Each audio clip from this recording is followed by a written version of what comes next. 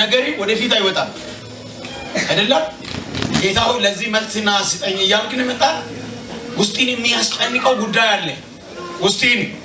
ዛሬ ጀምሮ ሰላም ሆነልኝ ቀንጃችሁ ወደዚህ ዘርጉ ይሁንላት ሲንሰው ተስማማችሁ ለጌታ ጨብጭቡለት አሜን እግዚአብሔር እንዲህ ያለው ይሄ አመት ለአንተ ማንንም ሊዘጋ የማይችል ቁልፍ ሰጣሃል ግን ግድብ 3 ግድብ አለ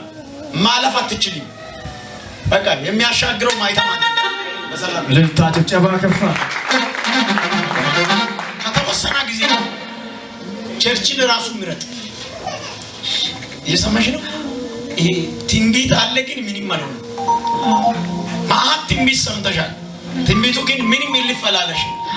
እግዚአብሔር እኔ ረስቶኛል እንዴ እያልሽ ነው በሚቀጥለው ለምስጋና ነው